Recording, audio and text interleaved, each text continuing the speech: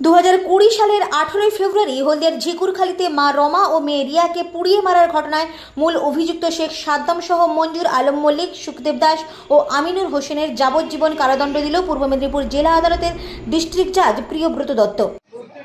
পরিশেষে আমরা আজকে রায়ের দিন পেলাম।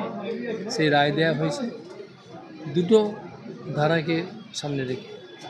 যে দুটো ধারাতে অপরাধ সাব্যস্ত করা হয়েছে 302 মানে খুনের মামলা, আর 201 প্রমাণ বিলোপের চেষ্টা।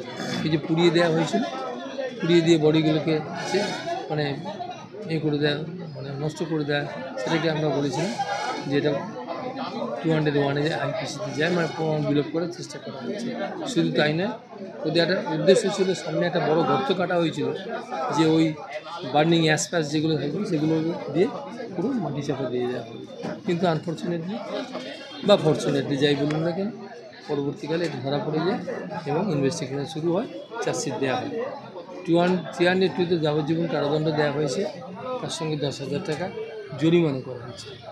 আর যদি না দেয় তাহলে আরও 5 মাসের জেল, সেটা হচ্ছে আড়াই, মানে রেগুলার ইমপ্রিজনমেন্ট, সশ্রম কারাদণ্ড।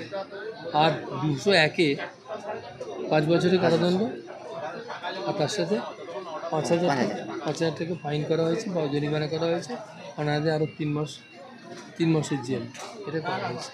এটা হ্যাঁ, এবার আসামিদের নামগুলো বলে দিচ্ছি আমি। Sheikh Saddam Hossain is the kingpin and is the mastermind of the entire case.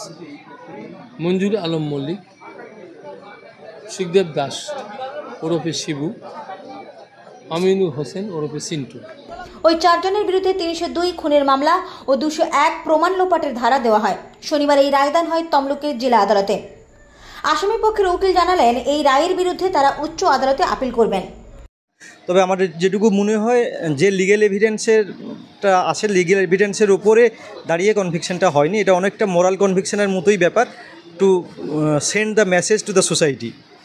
আমার তাই মনে হয় এরা অবভিয়াসলি অ্যাপিলে যাবে এবং অ্যাপিলে সাকসিড করবে, এটা আমার মনে হয়।